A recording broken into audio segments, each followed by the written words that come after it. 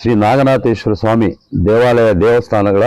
ದೇವಾಲಯಗಳ ಕಾಮಗಾರಿಗಳು ಹಾಗೂ 4 ವರ್ಷಗಳಿಂದ ಸರಾಗವಾಗಿ ನಡೆಯುತ್ತಿತ್ತು. 2023 ಸಾಲಿನಲ್ಲಿ ಹೊಸ ಸರ್ಕಾರವು ಬಂದ ನಂತರ ಮಾಜಿ ನಗರಸಭಾ ಸದಸ್ಯರಾದಂತಹ ಎಸ್ ಸುಬ್ರಹ್ಮಣ್ಯಂ ಮತ್ತು ಟಿ ಶ್ರೀನಿವಾಸ್ ಎಂಬುವರು ದೇವಾಲಯದ ಕಾಮಗಾರಿಗಳನ್ನು ಸಂಪೂರ್ಣವಾಗಿ ನಿಲ್ಲಿಸಿ ದುರುದ್ದೇಶಪೂರ್ವಕವಾಗಿ ಆಧ್ಯಾತ್ಮಿಕ ಭಾವನೆಗಳಿಗೆ ಧಕ್ಕೆ ಉಂಟು ಮಾಡಿರುತ್ತಾರೆ. ಈ ಮೇಲ್ಕಂಡ ಪತ್ರಿಕಾ ಹೇಳಿಕೆ ನೀಡುತ್ತಿರುವುದು ಶುದ್ಧ ಸುಳ್ಳಾಗಿರುತ್ತದೆ. ಆಮೇಲೆ ಎಲ್ಲ ಇಂಡಿವಿಜುವಲ್ ಆಗಿ ಹೇಳ್ತೀನಿ ನೋಡಿ. ಉಪವಿಭಾಗಾಧಿಕಾರಿಗಳು 1ನೇ ಉಪವಿಭಾಗ ಕಾರ್ಯಾಲಯ ಚಿಕ್ಕಬಳ್ಳಾಪುರ ವಿಭಾಗ ಚಿಕ್ಕಬಳ್ಳಾಪುರವರು ದಿನಾಂಕ 27/1/2020 ಆದೇಶ ಸಂಖ್ಯೆ DVC CR 36/2019-20ರಂತೆ ಚಿಂತಾಮಣಿ ನಗರದ ನಾಗನಾಥೇಶ್ವರ ಸ್ವಾಮಿ ದೇವಾಲಯ ಪ್ರವರ್ಗ C ಅಧಿಸೂಚಿ ಸಂಸ್ಥೆಯಾಗಿದ್ದು ಪ್ರಸ್ತಾಪಿತ ದೇವಾಲಯವನ್ನು ನವೀಕರಣ ಅಭಿವೃದ್ಧಿ ಜೀರ್ಣೋದ್ಧಾರ ಕಾಮಗಾರಿಗಳನ್ನು ಮಾಡಲು ಶ್ರೀ ನಾಗನಾಥೇಶ್ವರ ಸ್ವಾಮಿ ದೇವಾಲಯ ಅಭಿವೃದ್ಧಿ ಸಮಿತಿ ಎಂದು ರಚನೆಯಾಗಿರುತ್ತದೆ. 2. ಆದೇಶದಲ್ಲಿ ಕೊಟ್ಟಿರುವ ಷರತ್ತಿನ ಪ್ರಕಾರ ಸಂಕ್ಷೇಮ ಪ್ರಾಧಿಕಾರದ ತಾಂತ್ರಿಕವಾಗಿ ಪರಿಶೀಲಿಸಲಾದ ಅಂದಾಜು ಪಟ್ಟಿ ಮತ್ತು ನಕ್ಷೆಗಳನ್ನು ಸಲ್ಲಿಸಿ ಆಡಳಿತಾತ್ಮಕ ಅನುಮೋದನೆಯನ್ನು ಪಡೆಯತಕ್ಕದ್ದು ಎಂಬ ಷರತ್ತನ್ನು ವಿಧಿಸಿರುತ್ತಾರೆ. ಅದರಂತೆ ಅಭಿವೃದ್ಧಿ ಸಮಿತಿಯು ಸಂಕ್ಷೇಮ ಪ್ರಾಧಿಕಾರದಿಂದ ದಿನಾಂಕ 10/6/2020 ಅಂದಾಜು ಪಟ್ಟಿ ಮತ್ತು ನಕ್ಷೆ ಅನುಮತಿಯನ್ನು ಪಡೆದಿರುತ್ತೇವೆ ನಾವು. 3. ಅಭಿವೃದ್ಧಿ ಸಮಿತಿಯವರು ದಿನಾಂಕ 20/6/2020 ಕಾಮಗಾರಿಗಳಿಗೆ ತಗುಲುವ ವೆಚ್ಚದ ಅಂದಾಜು ಪಟ್ಟಿ ಮತ್ತು ನಕ್ಷೆಯನ್ನು ಧಾರ್ಮಿಕ ದತ್ತಿ ಇಲಾಖೆ ಬೆಂಗಳೂರವರಿಗೆ ಮಾನ್ಯ ಜಿಲ್ಲಾಧಿಕಾರಿಗಳ ಮುಖಾಂತರ ಆಡಳಿತಾತ್ಮಕ ಮಂಜೂರಾತಿಗಾಗಿ ಕೋರಿಕೆಯನ್ನು ಪರಿಶೀಲನೆಗಾಗಿ ದಿನಾಂಕ 15/2/2021 ನಿಯಮಾನುಸಾರ ಪ್ರಸ್ತಾವನೆಯನ್ನು ಸಲ್ಲಿಸಿರುತ್ತೇವೆ. 4. ದಿನಾಂಕ 20/6/2021 ಮಾನ್ಯ ಜಿಲ್ಲಾಧಿಕಾರಿಗಳು 2021-22ನೇ ಸಾಲಿನಲ್ಲಿ ಇಂತಿಷ್ಟು ಕಾಮಗಾರಿಗಳನ್ನು ಈ ಕಾಮಗಾರಿಗಳನ್ನು ಜೀರ್ಣೋದ್ಧಾರ ಮಾಡುವುದಕ್ಕೆ ಅನುಮತಿಯನ್ನು ಕೋರಿ ಮನವಿ ಸಲ್ಲಿಸಿರುತ್ತೇವೆ.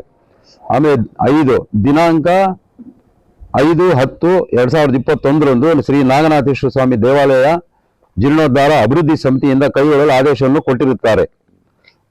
ಸದರಿ ಆದೇಶ ಬಂದ ನಂತರ ಶ್ರೀ ನಾಗನಾಥೇಶ್ವರ ದೇವಾಲಯದ ಅರ್ಚಕರನ್ನು ಸಂಪರ್ಕಿಸಿ ಕಾಮಗಾರಿಗಳನ್ನು ಪ್ರಾರಂಭಿಸುವುದರ ಬಗ್ಗೆ ಸಲಹೆ ಮತ್ತು ಸೂಚನೆಗಳನ್ನು ಕೇಳಿದಾಗ ಅರ್ಚಕರು ಶಾಸ್ತ್ರೋಕ್ತವಾಗಿ ಕಳಾಕರ್ಷಣೆಯನ್ನು ಮಾಡಿ ದೇವಾಲಯ ಜೀರ್ಣೋದ್ಧಾರ ಕಾಮಗಾರಿಯನ್ನು ಪ್ರಾರಂಭಿಸುವ ಬಗ್ಗೆ ತಿಳಿಸಿರುತ್ತಾರೆ. ಅದರಂತೆ ನಾವು ಆ ಕಳಾಕರ್ಷಣೆಗಾಗಿ ತಾತ್ಕಾಲಿಕವಾಗಿ ಒಂದು ದೇವಾಲಯವನ್ನು ದೇವಾಲಯವನ್ನು ನಿರ್ಮಿಸಿರುತ್ತೇವೆ. 7. ದಿನಾಂಕ 7/12/2021 ಮತ್ತು 8/12/2021 ದಿನಾಂಕಗಳಂದು ಸದರಿ ದೇವಾಲಯ ಅರ್ಚಕರು ಪೌರೋಹಿತವನ್ನು ಕರೆಯಿಸಿ ಶಾಸ್ತ್ರೋಕ್ತವಾಗಿ ಪೂಜೆ ಹೋಮ ಹವನಗಳನ್ನು ದೇವರಿಗೆ ನೆರವೇರಿಸಿರುತ್ತಾರೆ. ಸುಬ್ರಹ್ಮಣ್ಯ ಸ್ವಾಮಿಗಳು ಮತ್ತು ಶ್ರೀನಿವಾಸ್. ಆಮೇಲೆ 8. ತದನಂತರ ದೇವಾಲಯದ ಆವರಣದಲ್ಲಿರ್ತಕ್ಕಂಥ ಎಲ್ಲಾ ವಿಗ್ರಹಗಳನ್ನು ಅರ್ಚಕರು ಮತ್ತು ಪುರೋಹಿತರು ಸಮ್ಮುಖದಲ್ಲಿ ಸಾಂಪ್ರದಾಯಿಕ ಪೂಜಾ ಕೈಕರ್ಯಗಳನ್ನು ಆಧ್ಯಾತ್ಮಿಕವಾಗಿ ಆಗಮಿಕ ಪದ್ಧತಿಯಂತೆ ನೆರವೇರಿಸಿ ನಂತರ ಗೋಪೂಜೆ ಮಾಡಿ ಸದರಿ ಗೋವಿನಿಂದ ದೇವಾಲಯದ ಎಲ್ಲಾ ವಿಗ್ರಹಗಳನ್ನು ಕಳಾಕರ್ಷಣೆ ಮಾಡಲಾಗಿರುತ್ತೆ. 9. ದಿನಾಂಕ 29/12/2021 ದೇವಾಲಯಗಳ ಗುದ್ದಲಿ ಪೂಜೆಯನ್ನು ಶಾಸ್ತ್ರೋಕ್ತವಾಗಿ ಭಕ್ತಾದಿಗಳ ಸಮ್ಮುಖದಲ್ಲಿ ನೆರವೇರಿಸಲಾಯಿತು. 30. ದಿನಾಂಕ 31/12/2021 ದೇವಾಲಯದ ಅಡಿಪಾಯದ ಕಾಮಗಾರಿಗಳನ್ನು ಪ್ರಾರಂಭಿಸಲಾಯಿತು. 10. ಅಭಿವೃದ್ಧಿ ಸಮಿತಿಯು ರಚನೆಗೊಂಡ ದಿನಾಂಕ 27/1/2021 ಆಗಿದ್ದು ಜೀರ್ಣೋದ್ಧಾರ ಕಾಮಗಾರಿಯ ಅಂದಾಜು ಪಟ್ಟಿ ಮತ್ತು ನಕ್ಷೆ ಅನುಮೋದನೆಗೊಂಡಿರುವುದು ದಿನಾಂಕ 1/11/2021 ಅನುಮೋದನೆಗೋಸ್ಕರ ಸುಮಾರು 2 ವರ್ಷಗಳ ಕಾಲ ವಿಳಂಬವಾಗಿರುತ್ತದೆ. ಈ ಮಧ್ಯದಲ್ಲಿ 2 ವರ್ಷಗಳು ಕೋವಿಡ್-19 ಕೊರೋನಾ ಹಾವಳಿಯಿಂದ ಕಾಮಗಾರಿಗಳು ಸರ್ಕಾರ ಆದೇಶದಂತೆ ಸ್ಥಗಿತಗೊಂಡಿರುತ್ತದೆ. ತದನಂತರ 2022-23ನೇ ಸಾಲಿನಲ್ಲಿ ಕಾಮಗಾರಿಗಳನ್ನು ಮುಂದುವರಿಸಿಕೊಂಡು ಹೋಗಿರುತ್ತೇವೆ. ಮತ್ತೆ ಆಮೇಲೆ ದಿನಾಂಕ 23/8/2023 ಸುಮಾರು 80% ಕಾಮಗಾರಿಗಳು ಪೂರ್ಣಗೊಂಡು ಅನುಮೋದನೆ ಕೊಟ್ಟಿರತಕ್ಕಂತಹ ದೇವಾಲಯ ಗಣಪತಿ, ಸುಬ್ರಹ್ಮಣ್ಯೇಶ್ವರ ಸ್ವಾಮಿ, ಶಿವನ ಗರ್ಭಗುಡಿ ಮತ್ತು ಅಮ್ಮನವರು ಪಾರ್ವತಮ್ಮನವರ ದೇವಸ್ಥಾನ ಕಾಮಗಾರಿಗಳು ಭಾಗಶಃ ಪೂರ್ಣಗೊಂಡಿರುತ್ತವೆ. 12. ದಿನಾಂಕ 6/10/2023 ಸರ್ಕಾರ ನಿರ್ದೇಶನದಂತೆ ಆಗಮ ಪಂಡಿತರು ಸ್ಥಳ ಪರಿಶೀಲನೆಗೋಸ್ಕರ ಶ್ರೀ ನಾಗನಾಥ ಸ್ವಾಮಿ ದೇವಾಲಯಕ್ಕೆ ಭೇಟಿ ನೀಡಿ ದೇವಾಲಯದ ಅಭಿವೃದ್ಧಿ ಕಾಮಗಾರಿಗಳನ್ನು ಪರಿಶೀಲಿಸಿ ಮೆಚ್ಚುಗೆಯನ್ನು ವ್ಯಕ್ತಪಡಿಸಿ ಮೌಖಿಕವಾಗಿ ದೇವಾಲಯವು ತುಂಬಾ ಅಚ್ಚುಕಟ್ಟಾಗಿದ್ದು ಬಹಳ ಸುಂದರವಾಗಿರುವುದರ ಬಗ್ಗೆ ಮೆಚ್ಚುಗೆಯನ್ನು ವ್ಯಕ್ತಪಡಿಸಿ ಸ್ಥಳ ಪರಿಶೀಲನೆ ಬಗ್ಗೆ ಮಹಜರು ಪಡೆದಿರುತ್ತಾರೆ. ಇದಕ್ಕೆ ಮುಂಚೆ ಅಂದರೆ 2023 ಜೂನ್ ನಂತರ ಸಮಾಜಘಾತಕ ಶಕ್ತಿಗಳಾದಂಥ ಸ್ವಾಮಿ ಎಸ್ ಸುಬ್ರಹ್ಮಣ್ಯ ಸ್ವಾಮಿ ಮತ್ತು ಟಿ ಶ್ರೀನಿವಾಸ್ ಎಂಬುವರು ಮಾನ್ಯ ಆಯುಕ್ತರ ಧಾರ್ಮಿಕ ದತ್ತಿ ಇಲಾಖೆ ಬೆಂಗಳೂರಿನವರಿಗೆ ದುರುದ್ದೇಶಪೂರ್ವಕವಾಗಿ ಕಾಮಗಾರಿಗಳನ್ನು ಶಾಸ್ತ್ರೋಕ್ತವಾಗಿ ನಡೆದಿಲ್ಲವೆಂದು ಸುಳ್ಳು ದೂರನ್ನು ನೀಡಿರುತ್ತಾರೆ. ತದನಂತರ ತಹಸೀಲ್ದಾರ್ ಚಿಂತಾಮಣಿರವರು ಸ್ಥಳಕ್ಕೆ ಆಗಮಿಸಿ ಕಾಮಗಾರಿಗಳನ್ನು ತಾತ್ಕಾಲಿಕವಾಗಿ ನಿಲ್ಲಿಸಬೇಕೆಂದು ದಿನಾಂಕ 10/10/2023 ಆದೇಶ ನೀಡಿರುತ್ತಾರೆ. 15 ತದನಂತರ ತಹಸೀಲ್ದಾರ್ ಅಭಿವೃದ್ಧಿ ಸಮಿತಿಯವರಿಗೆ ದಿನಾಂಕ 21/23 ಜ್ಞಾಪನ ಪತ್ರವನ್ನು ನೀಡಿ ದೇಣಿಗೆ ಹಣದ ಲೆಕ್ಕ ಜಮಾ ಖರ್ಚು ವಿವರದ ಮಾಹಿತಿ ಮತ್ತು ಬ್ಯಾಂಕ್ ಖಾತೆ ಚೆಕ್ ಪುಸ್ತಕಗಳನ್ನು ವಿವರವನ್ನು ನೀಡಬೇಕೆಂದು ಹೇಳಿರುತ್ತಾರೆ. ಆಮೇಲೆ 16 ದೇವಾಲಯದ ಅಭಿವೃದ್ಧಿ ಸಮಿತಿಯವರು ಮೇಲ್ಕಂಡ ವಿಷಯಕ್ಕೆ ಸಂಬಂಧಿಸಿದಂತೆ ದಿನಾಂಕ 29/12/2023 ತಹಸೀಲ್ದಾರ್ಗೆ ಸಂಪೂರ್ಣ ವಿವರವನ್ನು ನೀಡಿರುತ್ತೇವೆ ಮತ್ತು ಸದರಿ ಸಮಿತಿಯಲ್ಲಿ ತಹಸೀಲ್ದಾರರು ಸಹ ಖಜಾಂಚಿಯಾಗಿರುವುದರಿಂದ ಅವರು ಖಜಾಂಚಿಯಾಗಿದ್ದಾರೆ. ನಮ್ಮ ಕಮಿಟಿಯಲ್ಲಿ ಅವರು ಮೆಂಬರು ಎಲ್ಲ ಅವರು ಇದ್ದಾರೆ. ಎಲ್ಲಾ ಮಾಹಿತಿ ಅವರಿಗೆ ತಿಳಿದಿರುತ್ತದೆ. 17 ಮೇಲ್ಕಂಡ ಈ ಎಲ್ಲಾ ಬೆಳವಣಿಗೆಗಳ ಮಧ್ಯೆ ದಿನಾಂಕ 14/6/2024 ರಂದು ಮಾನ್ಯ ಆಯುಕ್ತರು ಧಾರ್ಮಿಕ ದತ್ತಿ ಇಲಾಖೆ ಬೆಂಗಳೂರು ರವರು ಎಲ್ಲಾ 4 ದೇವಾಲಯಗಳ ಕಟ್ಟಡಗಳನ್ನು ಭಾಗಶಃ ನೆಲಸಮ ಮಾಡಬೇಕು ಎಂದು ಆದೇಶ ಸಂಖ್ಯೆ ರಂತೆ ಆದೇಶವನ್ನು ಮಾಡಿರುತ್ತಾರೆ. 18 ಈ ಮೇಲ್ಕಂಡ ಆದೇಶ ವಿರುದ್ಧವಾಗಿ ಬೃಹತ್ಕಾರವಾಗಿ ನಿರ್ಮಾಣಗೊಂಡಿರುವಂತಹ 4 ದೇವಾಲಯಗಳ ಸಂಬಂಧ ಸರ್ಕಾರ ಮಾಡಿರುವ ಆದೇಶದ ವಿರುದ್ಧ ದೇವಾಲಯಗಳ ಅಭಿವೃದ್ಧಿ ಸಮಿತಿಯವರು ಮಾನ್ಯ ಉಚ್ಚ ನ್ಯಾಯಾಲಯ ಬೆಂಗಳೂರವರಲ್ಲಿ ಮೊಕದ್ದಮೆ ಹೂಡಿರುತ್ತೇವೆ. ಅದರಂತೆ ನೆಲಸಮ ಮಾಡಬಾರದು ಎಂದು ಮಾನ್ಯ ನ್ಯಾಯಾಲಯ ತಡೆಯಾಜ್ಞೆ ನೀಡಿರುತ್ತದೆ. ಇದು ಯಾಕೆ ಇದನ್ನು ಕೊಟ್ಟಿದೀವಿ ಅಂತ ಹೇಳಿದ್ರೆ ಆದೇಶ ವಿರುದ್ಧವಾಗಿ ಬೃಹತ್ಕಾರದ ಅವ್ರು ಎಲ್ಲಾನು ಏನು ಮಾಡಬಾರ್ದು ಅಂತ ಹೇಳ್ತಾ ಇದ್ರೆ ಎಲ್ಲ ಹಂಗಲ್ಲ. ನಾವು ಮಾಡಿದ್ದು ದೇವಸ್ಥಾನ ಏನ್ ಮಾಡಿದೀವಿ ನಾವು ಆ ಮೇಲೆ ಇರ್ತಕ್ಕಂಥ ಸ್ಟ್ರಕ್ಚರ್ ಎಲ್ಲ ತಳ್ಳಬೇಕು ಅಂತ ಹೇಳ್ಬಿಟ್ಟು ಹೇಳಿದಕ್ಕೋಸ್ಕರ ನೆಲಸಮ ಮಾಡ್ಬೇಕಂತ ಹೇಳಿದಕ್ಕೋಸ್ಕರ ಆವಾಗ ಹೋಗಿ ನಾವು ಅದನ್ನ ಸ್ಟೇ ಮಾಡಿಸಿದ್ವಿ. ಸ್ಟೇ ಕೊಟ್ಟರು. ಯಾಕಂದ್ರೆ ಇವತ್ತು ಅದು ಫುಲ್ ಸೆನ್ಸಿಟಿವ್ ವರ್ಕ್ ಎಲ್ಲ ಗೊತ್ತಿರೋ ವಿಷಯನೇ. Full sensitive. ಒಂದೇನಾದ್ರೂ ಸ್ವಲ್ಪ ಅಲ್ಲಾಡಿಸಿದ್ರು ಎಲ್ಲ ಡ್ಯಾಮೇಜ್ ಆಗುತ್ತೆ, ಮತ್ತೆ ಅದನ್ನ ಏನು ಯೂಸ್ ಆಗೋದಿಲ್ಲ. ಅದಕ್ಕೋಸ್ಕರ ಎಲ್ಲಿ ತಳ್ತಾರೆ ಅಂತ ಹೇಳ್ಬಿಟ್ಟು ಭಯಕ್ಕೆ ನಾವು ಅದನ್ನ ತಡೆಯಾಜ್ಞೆ ತಂದವು. ಅದಂತೆ ನೆಲಸಮ ಮಾಡಬಾರದೆಂದು ನ್ಯಾಯಾಲಯ ತಡೆಯಾಜ್ಞೆಯನ್ನು ನೀಡಿರುತ್ತದೆ. ಅದನ್ನು ಬಿಟ್ಟು ಯಾವುದೇ ಅಭಿವೃದ್ಧಿ ಕಾಮಗಾರಿಗಳನ್ನು ಮಾಡಲು ಯಾವುದೇ ಅಡಚಣೆ ತೊಂದರೆ ಇರುವುದಿಲ್ಲ. ಅಂದ್ರೆ ಅಭಿವೃದ್ಧಿ ಸಮಿತಿಯ ಉದ್ದೇಶವೇನೆಂದರೆ ಈಗಾಗಲೇ ಅಚ್ಚುಕಟ್ಟಾಗಿ ನಿರ್ಮಾಣ ಮಾಡಿರುವಂತಹ ದೇವಾಲಯವನ್ನು ಕೆಡಬಾರದೆಂಬುದಾಗಿರುತ್ತದೆ ಅಷ್ಟೇ. ಇದನ್ನ ಬೇರೆ ಏನೇನೋ ಕೊಟ್ಟಿದ್ದಾರೆ ಅಷ್ಟೇ. ಇಲ್ಲಾಗಿ ನಮಗೆ ಕೊಡಬೇಕಾದ್ರೆ ನಮ್ಗೆ ಆದೇಶ ಮಾಡಿದ್ರಲ್ಲ ನಾವು ಇದನ್ನ ಕಟ್ಟೋದಕ್ಕೆ, ಆವಾಗ ಅವರೆಲ್ಲ ಅಲ್ಲಿಂದಾನೇ ಒಂದು ಲೆಟರ್ ಬರೆದು ಏನಂತ ಕಾಲಕ್ಕೆ ಯಾವ ತರ ಪ್ರೋಗ್ರೆಸ್ ಬರುತ್ತೋ ಅದು ಮಾನ್ಯ ಜಿಲ್ಲಾಧಿಕಾರಿಗಳು ಅವರು ಬಂದು ನೋಡ್ಕೊಂಡು ಇಲ್ಲಿ ಹೋಗಿ ಏನ್ ಪ್ರೋಗ್ರೆಸ್ ಬರ್ತಾ ಇದೆ ನಮ್ಗೆ ಎಲ್ಲ ನೀವು ನಮ್ಗೆ ರಿಪೋರ್ಟ್ ಮಾಡ್ಬೇಕಂತ ಹೇಳ್ಬಿಟ್ಟು ಆ ಆದೇಶದಲ್ಲಿ ಅವ್ರು ಬರ್ಕೊಟ್ಟಿ ಟೈಪ್ ಹಾಕೊಟ್ಟೆ ತಹಸೀಲ್ದಾರ್ ಅವರು ನಮ್ಮ ತಾಲೂಕಿನ ಜವಾಬ್ದಾರಿ ಫುಲ್ ಅವರೇ ಬಂತಾ ಇದ್ರಲ್ಲ, ಬಂದು ಎಲ್ಲ ನೋಡ್ಕೊಂತಾ ಇದ್ರು, ಹೋಗ್ತಾ ಇದ್ರು, ಸೊ ಎಲ್ಲ ನಡೀತಾ ಇತ್ತು. ಈ ಯಾವಾಗ ಇದು ಚೇಂಜ್ ಆಯ್ತು ಅಲ್ಲಿಂದ ಈಚೆ ಈ ತರ ಆಗಿದೆ ಅಷ್ಟೇ. ಈ ತರ ಆಗಿದೆಪ್ಪ. ಇದಕ್ಕೆ ಮುಂದೆ ಇರತಕ್ಕಂಥ ಅಭಿವೃದ್ಧಿ ಸಮಿತಿಯು ಅಭಿವೃದ್ಧಿ ಮಾಡೋದಕ್ಕೆ ಯಾವುದೇ ಅಡಚಣೆ ಇಲ್ಲ. ನಮ್ದು ನಾವು ಓನ್ಲಿ ನಮ್ಮ ಉದ್ದೇಶ ಏನಂದ್ರೆ ಅದು ತಳ್ಳಬಾರದು ಅನ್ನೋದಷ್ಟು ಬಿಟ್ರೆ ಬೇರೆ ಇನ್ನೇನು ಇಲ್ಲ. ಇದು ನೋಡಿ, ಇದೆಲ್ಲ ಕಂಪ್ಲೀಟ್ ಓಪನ್ನೇ ಇತ್ತು. ನಿಮ್ಗೆಲ್ಲ ನೋಡಿರ್ತೀರಿ ನೀವೆಲ್ಲಾನು. ಇದು ಯಾವ ತರ ಇತ್ತು ಅಂತ ಹೇಳಿದ್ರೆ ಏನೋ ಎಲ್ಲ ಭಕ್ತಾದಿಗಳು ಅವರು ಎಲ್ಲ ಸೇರಿ ನೋಡೋದೆಲ್ಲ ಅಲ್ಲಿಂದ ನಾವು ಹಿಂದುವರೆವರೆಗೂ ಎಲ್ಲ ಚಪ್ಪಡಿಗಳೆಲ್ಲ ಉಣಿಸಿ ಇದನ್ನ ಭದ್ರಪಡಿಸಿ ಇದನ್ನ ಬೇರೆ ಚಟುವಟಿಕೆಗಳು ನಡೀತಾ ಇತ್ತು ಅವೆಲ್ಲ ಕಂಟ್ರೋಲ್ ಮಾಡಿ ಇವೆಲ್ಲ ಇವಾಗ ಏನೋ ಭಕ್ತಾದಿಗಳು ಸೋಮವಾರ ಭಕ್ತಿಯಿಂದ ಬರ್ತಾ ಇದ್ರು, ಏನೋ ಪೂಜೆ ಮಾಡ್ಕೊಂಡು ಹೋಗ್ತಾ ಇದ್ರು, ಎಲ್ಲ ಬಂದೋಬಸ್ತ್ ಮಾಡುದು. ಇದ್ರ ಬಗ್ಗೆ ಏನು ಮಾತಾಡ್ತಾ ಇಲ್ಲ. ಬರೀ ದೇವಸ್ಥಾನ ಮಾಡಿರೋದನ್ನ ತಳ್ಳಿ ಅಂತ ಹೇಳ್ತಾ ಇದೆ. ತಳ್ಳೋದಕ್ಕೆ ಅವ್ರು ಸ್ಟೇ ಮಾಡಿಸಿದ್ರೆ ನಾವು ಕಟ್ಟೋದಕ್ಕಂತೇಳಿ ನಾವು ನಾವೇ ಕಟ್ತಾ ಇದ್ವಲ್ಲ. ಈಗ ಅವರೇ ಕಟ್ಲಿ, ನಮ್ ಸಂತೋಷನೇ. ಈಗ ನೀವ್ ಇಷ್ಟೇ ನಿಮ್ ಆತ್ಮಸಾಕ್ಷಿಯಾಗಿ ಆ ಕಟ್ಟಡಗಳನ್ನು ತಳ್ಳಬೇಕು ಅಂತ ಹೇಳಿದ್ರೆ ನೀವು ಕರೆಕ್ಟ್ ಅಂತ ಹೇಳಿದ್ರೆ ನೀವು ಹಂಗೆ ಬರೀರಿ. ಕರೆಕ್ಟ್ ಅದು ತಳ್ಳೋದು ಕರೆಕ್ಟಾ? ನಾವು ಕೋರ್ಟ್ಗೆ ಹೋಗಿರೋದು ರಾಂಗ್ ಅಂದ್ರೆ ನೀವು ಹಂಗೆ ಬರೀರಿ. ನಮ್ಮ ಉದ್ದೇಶ ಇಷ್ಟೇ, ಆ ಬೃಹದಾಕಾರ ಕಟ್ಟಡಗಳನ್ನ ತಳ್ಳಬಾರದು ಅನ್ನೋ ಉದ್ದೇಶ ಹೋಗಿದೀವಿ. ಅಲ್ಲ ಇದು ಪಾಪ ಸಂಬಂಧನೇ ಇಲ್ಲ. ಯಾಕೆ ಸುಮ್ಮನೆ ಅವ್ರು ಯಾವುದೇ ಹೇಳ್ತೀನಿ. ಇದೆಲ್ಲ ಏನೇನು ಮಾಡಿದೀವಿ ದೇವಸ್ಥಾನದ್ದು ಕಂಪ್ಲೀಟ್ ಗೌರ್ಮೆಂಟ್ ಪರ್ಮಿಷನ್ ತೆಗೆದುಕೊಂಡೇ ಮಾಡಿರೋದು.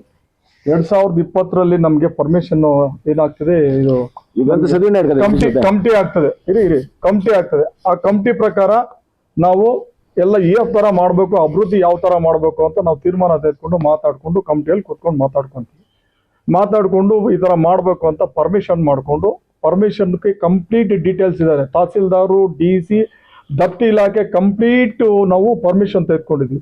ಅಪ್ರೂವಲ್ ಪ್ಲಾನ್ ಕೊಟ್ಟಿದ್ದಾರೆ ಕಂಪ್ಲೀಟ್. ಇದೆಲ್ಲ ಡೀಟೇಲ್ಸ್ ನಿಮ್ಗೆ ಕೊಡ್ತೀವಿ, ಎಲ್ಲೆಲ್ಲಿ ಯಾವ ಡೇಟಲ್ಲಿ ಕೊಟ್ಟರು ಅಪ್ರೂವಲ್, ನಮಗೆ ನಮ್ಮ ಕಮಿಟಿ ಯಾವಾಗ ಆಯ್ತು, ನಮ್ಮ ಕಮಿಟಿ ಆದ್ಮೇಲೆ ಏನು ಅಭಿವೃದ್ಧಿ ಆಗಿದೆ, ಆಮೇಲೆ ಏನೇನಾಗಿದೆ ಕಂಪ್ಲೀಟ್ ಡೀಟೇಲ್ಸ್ ಇದೆ, ಪ್ಲಾನ್ ಇದೆ ಅವ್ರು ಕೊಟ್ಟಿರೋದು ಡೀಟೇಲ್ಸ್. ಆಮೇಲೆ ನೀವೇ ಇದ್ರ ಹತ್ರ ಯಾರ ಹತ್ರನು ದುಡ್ಡು ವಸೂಲಿ ಮಾಡಬಾರ್ದು ಅಂತ ಕೂಡ ಕೊಟ್ಟಿದ್ದಾರೆ ಅವರು.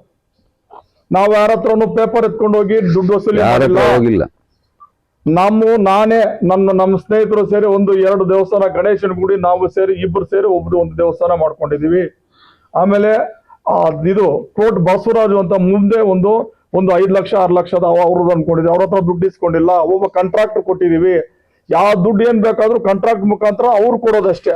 ಇದೊಂದು 10 ಲಕ್ಷ ಆಗಿದೆ. 11,30,000 ಹೊಸಕೋಟೆ ಅವ್ರು ಕೊಟ್ಟಿದ್ದಾರೆ. ಅದ್ರ ಲೆಕ್ಕ ಕೊಡು ಅಂದ್ರೆ ಅದು 11 ಲಕ್ಷಕ್ಕೆ ಟ್ಯಾಕ್ಸ್ ಕಟ್ಬೇಕಂದ್ರೆ 2 ಲಕ್ಷ ಟ್ಯಾಕ್ಸ್ ಯಾರಾದ್ರೂ ಕೊಡ್ತಾರ? ನಾನು ಕೊಡ್ತೀನಿ, ನನ್ಗೇನೋ ಇದೆ ನಾನು ಕೊಡ್ತೀನಿ, ಯಾರು ಲೆಕ್ಕ ಕೊಡಕ್ ಬರಲ್ಲ. ಆಮೇಲೆ ದೊಡ್ಡ ದೇವಸ್ಥಾನಕ್ಕೆ 2 ಕೋಟಿ ಅವ್ರು ಕೊಟ್ಟಿದ್ದಾರೆ, ಅದು ಕೊಟ್ಟಿದ್ದು ಅವ್ರು ಇದ್ದಾರೆ, ಅದಿದ್ದಾರೆ. ಎಲ್ಲಾನು ಕಂಪ್ಲೀಟ್ ಡೀಟೇಲ್ಸ್ ಕೈಯಿಂದ ಹಾಕೊಂಡು ಮಾಡ್ತಾ ಇರೋದು. ಅದನ್ನ ಏನೇನ್ ಮಾಡಿದೀವಿ, ಯಾರು ಏನೇನ್ ಮಾಡಿದಾರೋ ಅಲ್ಲಿ ದೇವಸ್ಥಾನದಲ್ಲೇ ಬೋರ್ಡ್ ಹಾಕಿದೀವಿ. ಕಂಪ್ಲೀಟ್ ಡೀಟೇಲ್ಸ್ ಯಾರ್ಯಾರು ಎಷ್ಟು ಕೊಟ್ಟಿದ್ದಾರೆ, 1 ಲಕ್ಷ 2 ಲಕ್ಷ ಯಾರಾದ್ರೂ ಕೊಟ್ರು ಅದಕ್ಕೆ ಆ 4-5 ಕೆಲಸದಲ್ಲಿ ಇಬ್ರು 4 ಜನ ಸೇರಿ ಒಂದ್ ಕೆಲಸಕ್ಕೆ ಇದ್ ಮಾಡಿದ್ವಿ. ಸ್ವಂತದಾಗ ಯಾವ್ದು ಇಲ್ಲ. ಬೇರೆ ಇನ್ಯಾರಾದ್ರೂ ಕೊಟ್ಟಿದ್ರೆ ಅವ್ರು ಯಾರು ಹೇಳ್ತಾ ಇದ್ರೆ ಯಾರು ಕರೀಲಿ ಅವ್ರನ್ನ, ಯಾರಾದ್ರೂ ಕೊಟ್ಟಿದ್ರೆ ನಾವೇನಾದ್ರು ಕೊಟ್ಟಿದ್ದೀವಿ ರಸೀದಿ ಕೊಟ್ಟಿದ್ದೀವಿ ಏನೋ ಕರೀಲಿ ಅವ್ರನ್ನ. ರೆಡ್ಡಿ ಮನೇಲಿ ಹೇಳ್ತಾರೆ JK ಕೃಷ್ಣರ ಜವಾಬ್ದಾರಿ ಅಂತ. ಅವ್ರು 10 ವರ್ಷ ಆದ್ಮೇಲೆ ಇಲ್ಲಿ ಬಂದ್ಮೇಲೆ 10 ವರ್ಷ ಮೇಲಾಗಿದೆ ಅವ್ರು ಬಂದು ಸುಮಾರು ಕೋಟಿಗಳು ಕೊಟ್ಟಿದ್ದಾರೆ. ಅವ್ರ ಮೇಲೆ ಓಪನ್ ಸೀಕ್ರೆಟ್ ಎಲ್ಲರಿಗೂ ಚಿಂತಾಮಣಿ ತಾಲೂಕಿಗೆ ಗೊತ್ತಿರೋದು. ಯಾಕಂದ್ರೆ ಅವ್ರು ಕೊಟ್ಟಿರೋರು ಸುಮಾರು ಕೋಟಿಗಳು ಕೊಟ್ಟಿದ್ದಾರೆ ಅವರು ಎಲ್ಲ ದಿವಸ. ಅವೆಲ್ಲ ಲೆಕ್ಕ ಕೇಳಕ್ ಆಗ್ತದೆ, ಲೆಕ್ಕ ಕೊಡಕ್ ಆಗ್ತದ. ಸಂಬಂಧ ಏನಿದೆ ಅವ್ರಿಗೆ ಮಾತಾಡ್ಬೇಕು, ಅದಕ್ಕೆ ಶೋಭೆ ತರ್ಬೇಕು. ಏನಾದ್ರು ಮಾತಾಡಿದ್ರೆ ಆರೋಪಗಳು ರಾಜಕೀಯ ಆದ್ಮೇಲೆ ಆರೋಪಗಳು ಪ್ರತ್ಯಾರೋಪಗಳು ಇದ್ದೇ ಇರ್ತದೆ. ಆದ್ರೆ ವಾಸ್ತವಾಂಶ ಇರಬೇಕು. ಈಗ ಸುಮಾರು ಅವ್ರ ಪೇಪರ್ಗೆ ಕೊಟ್ಟು ನಾವು ಸುಮ್ಮನೆ ಅದನ್ನ ಯಾಕೆ ದೇವಸ್ಥಾನದ್ದು ಇದಾಗಬಾರ್ದು. ಇದು ಇಷ್ಟೇ ಇಲ್ಲ. ಅದಾದ್ಮೇಲೆ ಇಷ್ಟೆಲ್ಲ ಆದ್ಮೇಲೆ ಅವ್ರದ್ದು ಕಮಿಟಿ ರಚನೆ ಆಗ್ತದೆ. ಕಮಿಟಿ ರಚನೆ ಆದ್ಮೇಲೆ ನಾನು ಬರ್ತೀನಿ. ಆ ಕಮಿಟಿ ರಚನೆ ಆದಾಗ ಬೆಂಗಳೂರಿಂದ ದತ್ತ ಇಲಾಖೆಯಿಂದ ಬಂದಾಗ ನಾನು ಬರ್ತೀನಿ. ಆಮೇಲೆ ಇವರು ಕೌನ್ಸಿಲರ್ಸ್ 4-5 ಜನ ಬರ್ತಾರೆ. ಅವನ್ಯಾರು ಇವನು ಉಮೇಶ್ ಬರ್ತಾನೆ, ಆಮೇಲೆ CK ಮುರಳಿ ಬರ್ತಾರೆ. ಆ ಕಮಿಟಿಯಲ್ಲಿ ಇರೋರು ಸುಮಾರು ಕೌನ್ಸಿಲರ್ಸ್.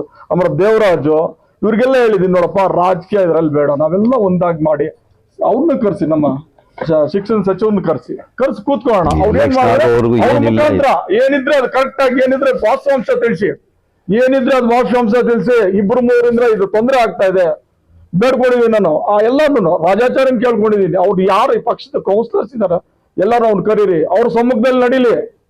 2-3 ತವಳೆ ಮಾಡ್ತಾ ಇದಾರೆ, ಇದನ್ನ ಏನಿದ್ರೆ ಅದ್ ನಡೀಲಿ ಅಂತ ಅವ್ನು ಕೇಳ್ಕೊಂಡಿದೀನಿ. ಯಾರು ಉಮೇಶನ್ ಕೇಳ್ಕೊಂಡಿದೀನಿ, ಅಧ್ಯಕ್ಷನ್ ಕೇಳ್ಕೊಂಡಿದೀನಿ.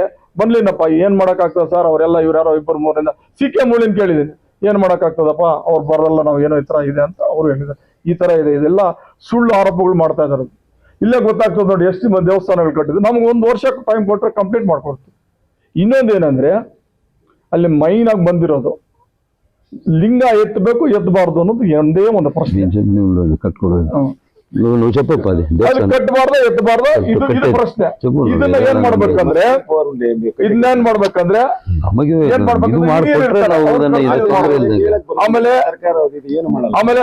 ಆಮೇಲೆ ಇಷ್ಟು ನಡೆದಿದೆ ಅಲ್ವಾ, ಇಷ್ಟು ದೇವಸ್ಥಾನಗಳು ನಮ್ ಬಂದಾಗ ದೇವಸ್ಥಾನಗಳು ಎಲ್ಲ ದೇವಗ್ರಹಗಳು ಬಿಸಾಕಿದ್ರು ಅದು ಇದು ಅಂತ ಏನಿಲ್ಲ.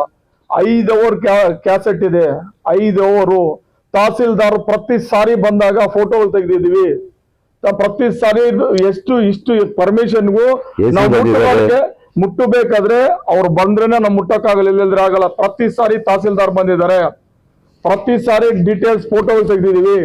ಆಮೇಲೆ ಕಲಾಕರ್ಷಣಿಗೆ 21 ಜನ ಬ್ರಾಹ್ಮಣ ಪುರೋಹಿತರು ಬರ್ತಾರೆ. ನಾವೆಲ್ಲ ಮುಟ್ಟಿರೋದನ್ನ ಪುರೋಹಿತರು ಬರ್ತಾರೆ. ಪುರೋಹಿತರು ಬಂದಿದೆ 21 ಜನ ಪುರೋಹಿತ. ಕಲಾಕೃಷ್ಣ ಅಂದ್ರೆ ಏನಂದ್ರೆ ಲಿಂಗಗಳು ಎಲ್ಲ ತೆಗಿಯೋದು, ಅದೆಲ್ಲ ಕಂಪ್ಲೀಟ್ 5 hours ನಮ್ಮ ಹತ್ರ ಕ್ಯಾಸೆಟ್ ಇದೆ. ಅದನ್ನೆಲ್ಲ ನಮ್ಗೆ ಕೊಡಬಾರ್ದು ಅನ್ನೋ ಉದ್ದೇಶ ಏನಿರ್ಲಿಲ್ಲ. ಯಾಕೆ ಆ ದೇವಸ್ಥಾನ ಬೀದಿಗೆ ಇಡ್ಬೇಕು ಅನ್ನೋ ಉದ್ದೇಶದಿಂದ ನಾವ್ ಯಾವತ್ತೂ ಏನು ಮಾತಾಡ್ಲಿಲ್ಲ. ನಾವು ಇದೇ ಲಾಸ್ಟ್ ಯಾವತ್ತೂ ಮಾತಾಡ್ಬೇಕಾಗಿತ್ತು, ಮಾತಾಡ್ಲಿ. ಅವ್ರ ಮೇಲೆ ಪಾಪ ಸುಮಾರು JK ಕೃಷ್ಣಾರೆಡ್ಡಿ ಅವರು 100 ಕೋಟಿ ಕೊಟ್ಟಿರೋರ್ನ ಅವ್ರನ್ನ ತವಲೆ ಮಾಡಿದಕ್ಕೆ ಇಷ್ಟು ಕೊಡ್ತಾ ಇದೀವಿ ಅಷ್ಟೇ, ಇನ್ನೇನಿಲ್ಲ.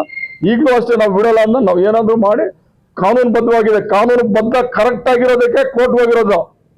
ಇಷ್ಟ ಇಲ್ಲದೆ ಇದ್ರೆ ಇವೆಲ್ಲ ಪರ್ಮಿಷನ್ ಇಲ್ಲದೆ ಇದ್ರೆ ಕೋರ್ಟ್ ಅಲ್ಲಿ ನಮ್ಗೆ ಇಷ್ಟೇ ಕೊಡಲ್ಲ. ಕಾನೂನು ಬದ್ಧವಾಗಿದೆ, ಅಪ್ರೂವಲ್ ಪ್ಲಾನ್ ಇದೆ, ಪರ್ಮಿಷನ್ ಇದೆ, ಕಂಪ್ಲೀಟ್ ಡೀಟೇಲ್ಸ್ ಇದೆ. ನಿಮ್ಗೆ ಕೊಡ್ತೀವಲ್ಲ, ನೀವು ಹಾಕಿ ಕಂಪ್ಲೀಟ್ ಡೀಟೇಲ್ಸ್ ಇದೆ. ಇಷ್ಟ ಹೇಳ್ತಿದ್ದೀನಿ, ಇಷ್ಟ ಹೇಳಿ. ಅಲ್ಲ ಇವಾಗ ಏನಂದ್ರೆ ಅದು ಮಾತಾಡಿದ್ರೆ ಏನ್ ಪ್ರಯೋಜನ ಹೇಳಿ? ಎಲ್ಲ ಡೀಟೇಲ್ಸ್ ಇದೆ, ಕ್ಯಾಸೆಟ್ ಈಗೂನು ಅದನ್ನ ಕೊಡ್ತೀನಿ ನಿಮ್ಗೆ. ಇವಾಗ ಏನು ತೊಂದ್ರೆ ಇಲ್ದಂಗೆ ಇದು ಹಿಂಗೆ ಇದೇನಿದೆ ನಮ್ಗೆಲ್ಲ ಕೋರ್ಟ್ ನಲ್ಲಿ ನಮ್ ತೆರವು ಮಾಡ್ಕೊಟ್ಬಿಟ್ರೆ ನಾವು ಅದನ್ನ ಪೂರ್ತಿ ಮಾಡ್ತೀವಿ. ಹಾ ಹೇಳಿ ಸರ್, ಪೂರ್ತಿ ಈಗ ನಾವು ಒಂದೇ ಪಾಯಿಂಟ್ ಹೇಳಿ, ಇದಾರೆ ದಂಡಿಯಾಗಿದ್ದಾರೆ. 2 ಮಾರ್ಗ. ಒಂದು ಸರ್ಕಾರದಿಂದ ಒಂದು ಆದೇಶ ಬರಬೇಕು, ನಾವು ಎಂಟ್ರಿ ಆಗ್ಬೋದು. ಇಲ್ಲ ಅಂದ್ರೆ ಕೋರ್ಟ್ ಇಂದ ಆದೇಶ ಬರಬೇಕು, ನಾವು ಎಂಟ್ರಿ ಆಗ್ಬೇಕಾದ್ರೆ. ಇಲ್ಲ ಅಂದ್ರೆ ಈಗ ಹೊಸ ಕಂಪ್ನಿ ಇದೆಯಲ್ಲ, ಅವ್ರು ಯಾವುದೇ ಒಂದು ಆದೇಶ ಮಾಡ್ಕೊಂಡು ಕಟ್ಬೋದು. ಅವ್ರು ಮಾಡ್ಕೊಂಡು ಕಟ್ಟರು ನಾವೇನ್ ತೊಂದ್ರೆ ಏನಿಲ್ಲ. ನಮ್ ತಳ್ಳೋದಕ್ಕೊಂದು ಅಬ್ಜೆಕ್ಷನ್ ಬೇರೆ ಏನಕ್ಕೂ ನಮ್ಮ ಇದನ್ನ ಡಿಸ್ಟರ್ಬ್ ಮಾಡಬಾರ್ದು, ತಳ್ಳಬಾರ್ದು. ತಳ್ಳಿದ್ರೆ ಏನು ಕೆಲಸಕ್ಕೆ ಬರಲ್ಲ. ಸುಮಾರು 2 ಕೋಟಿ 240 ಲಕ್ಷ ಆಗಿದೆ. 2 ಕೋಟಿ ಯಾರ ಹತ್ರ ಕಲೆಕ್ಷನ್ ಮಾಡಿಲ್ಲ, ನಾವೇ ಎಲ್ಲ ಸೇರಿ ಮಾಡ್ಕೊಂಡಿರೋದು. ಒಬ್ಬೊಬ್ರದ್ದು ಒಂದಿದೆ, ಡೀಟೇಲ್ಸ್ ಇದೆ ಅದರಲ್ಲಿ. ಬರ್ದಿದೀವಿ ದೇವಸ್ಥಾನದಲ್ಲಿ, ಬೋರ್ಡ್ ಕಂಪ್ಲೀಟ್ ಬರ್ದಿದೀವಿ. ಗಣೇಶನ್ ಗುಡಿ ಒಬ್ಬರದು, ಸುಬ್ರಹ್ಮಣ್ಯ ಸ್ವಾಮಿಗೂ ಒಬ್ಬರದು, ಯಾಗಶಾಲೆ ಒಬ್ಬರದು, ರಚ್ಚೆ ಒಬ್ಬರದು, ಇನ್ನ ಮಾಡೋರು ಹಾಲ್ ಒಬ್ರು ಮಾಡೋರು ಇದಾರೆ. ಎಲ್ಲ ಕಂಪ್ಲೀಟ್ 1 ವರ್ಷದಲ್ಲಿ ಕ್ಲಿಯರ್ ಮಾಡ್ತಾರೆ. ಯಾರ ಹತ್ರ ದುಡ್ಡು ಇಸ್ಕೊಂಡಿಲ್ಲ. ಈಗ ಸಂಬಂಧ ಇಲ್ಲ. ಈಗ ನೀವು ಪತ್ರಕರ್ತರು ಯಾವುದೇ ಒಂದು ಟ್ರಾನ್ಸಾಕ್ಷನ್ ಆಗ್ಬೇಕಾದ್ರೆ ಸೇಲು ಯಾರು ಪರ್ಚೇಸ್ ಮಾಡಿದ್ದಾರೆ, ಎಷ್ಟು ದುಡ್ಡು ತಗೊಂಡವ್ರೆ, ಏನ್ ಮಾಡಿದ್ರೆ ಅದು ಸಿಗುತ್ತಾನೆ. ಒಂದು. ಎರಡನೇದು ಯಾರು ಜಮೀನು ಯಾರು ಮಾಡಿದ್ದಾರೆ, ಈ ತರ ಸುಳ್ಳಾಪಾದನೆಗಳೆಲ್ಲ ಮಾಡಬಾರ್ದು. ನಾಳೆ ಅವ್ರ ಮೇಲೆ ನಾವು ಮಾನನಷ್ಟ ಮೊಕದ್ದಮೆ ಹಾಕೋದಕ್ಕೆ ರೆಡಿ ಆಗ್ತಾ ಇದ್ವಿ, ತಪ್ಪು ಸುಳ್ಳು ಮಾಹಿತಿಗಳನ್ನು ಹೇಳ್ಕೊಂಡು. ಆಮೇಲೆ ಇದಕ್ಕೆಲ್ಲ ಕಂಪ್ಲೀಟ್ ನಮ್ ಪರ್ಮಿಷನ್ ಕೊಟ್ಟಿರೋದು ಗೌರ್ಮೆಂಟು, ಅಪ್ರೂವಲ್ ಪ್ಲಾನು ಎಲ್ಲ ಡೀಟೇಲ್ಸ್ ನಿಮ್ಗೆ ಕೊಡ್ತೀವಿ. ಎಲ್ಲ ಒಂದ್ ಸೆಟ್ ಕೊಡ್ತೀವಿ. ಯಾವಾಗ ಯಾವ ಡೇಟ್ ನಮ್ಗೆ ಪರ್ಮಿಷನ್ ಕೊಡ್ತೀವಿ, ಯಾವ ಡೀಟೇಲ್ಸ್ ಕೊಟ್ಟಿದ್ವಿ ಎಲ್ಲ ಕೊಡ್ತೀವಿ. ಆಮೇಲೆ ಆಗಮಿಕರು ಬಂದು ಕೂಡ ಇದೆಲ್ಲ ಕರೆಕ್ಟ್ ಆಗಿದೆ ಮಾಡ್ಬೋದು ಅಂತ ಅವ್ರು ಕೂಡ ಹೇಳಿದ್ರು, ಕನ್ವಿನ್ಸ್ ಮಾಡಿದ್ರು. ನೋಡಪ್ಪ ಬರಲ್ಲ, ದೇವಸ್ಥಾನ ಅಂದ್ರೆ ಕಡಿಮೆ ಇದು ದುಡ್ಡು ಇದ್ರಲ್ಲಿ ದುಡ್ಡು ಜಾಸ್ತಿ ಕೊಡಲ್ಲ, ಇಷ್ಟು ಮಾಡಿರೋ ಗ್ರೇಟ್ ಮಾಡಿರೋದು, ದಯವಿಟ್ಟು ಮಾಡ್ಬಿಡು, ಮಾಡ್ಬೋದು, ಸಂತೋಷ ಪಟ್ಟು ಮಾಡ್ಬೋದು ಅಂತ ಕೂಡ ಹೇಳಿದ್ರು. 2-3 ಇಷ್ಟವರೆಗೂ ಆಗಿದೆ ವ್ಯವಹಾರ. ಹಣ ಅವ್ರು ಸುಳ್ಳು ಹೇಳ್ಕೊಂಡು ತಿಂತಾ ಇದಾರೆ. ಪರ್ಮಿಷನ್ ಗಳಿಲ್ಲ, ಪರ್ಮಿಷನ್ ನಿಮ್ಗೆಲ್ಲ ಬೋರ್ಡ್ ಹಾಕಿರೋದು ಪರ್ಮಿಷನ್ ನಾನು. ಇವಾಗ ಇದು ಹೆಂಗಂದ್ರೆ ಬಾಯಿ ಬಂದಂಗ ಮಾತಾಡೋದಲ್ಲ. ನೋಡಿ ನಮ್ಮ ಟಿ ಶ್ರೀನಿವಾಸ್ ಇವರು ನಮ್ ಜೊತೆಯಲ್ಲೇ ಕಲಾಕರ್ಷಣೆ ಮಾಡ್ಬೇಕಾದ್ರೆ ನಮಗ್ ಮುಂಚೆ ಓಡ್ತಾ ಇದಾರೆ. ಅವ್ರು ಬರ್ತಾರೆ, ಇದತ್ಕೊಳ್ಳಿ ಮಾಡಿ ಅಂತ. ನಾವು ಬೇಕಾದ್ರೆ ಅದು ಫೋಟೋಗಳು ಸಮೇತ ನಾವು ಕೊಡ್ತೀವಿ. ಅದನ್ನ ನಾನು ಇವಾಗ ಹೇಳಿದಾರಲ್ಲ, ಅದೊಂದು ಫೋಟೋ ಕೊಡ್ತೀನಿ ನಾನು, ಬೇಕಾದ್ರೆ ಅದು ಹಾಕಿವಿ. ಅವರೇ ಮುಂದೆ ನಿಂತ್ಕೊಂಡು ಅವರೇ ಮಾಡಿ ನಮ್ ಜೊತೆಯಲ್ಲಿ ಅವರೇ ಸಹಕರಿಸ್ಕೊಂಡು ಬಂದು ಒಳ್ಳೆ ಕೆಲಸ ಅಲ್ಲಪ್ಪ, ಬೇಗ ಆಗ್ಲಿ ಅಂತ ಹೇಳ್ಬಿಟ್ಟು ಅವರೇ ಹೇಳ್ಕೊಂಡು ನಮ್ ಜೊತೆಯಲ್ಲಿ ಓಡಾಡ್ಕೊಂಡು ಇದ್ಕೊಂಡೆ. ಯಾವಾಗ ಸ್ವಲ್ಪ ಚೇಂಜ್ ಆಯ್ತು ಇದೆಲ್ಲ ಆಗೋ ಅಷ್ಟೊತ್ತಿಗೆ ಬೇರೆ ರೂಟ್ ತಿರುಗಿಬಿಟ್ರೆ ನಾವ್ ಏನ್ ಮಾಡೋದು ಹೇಳಿ ಇದಕ್ಕೆ?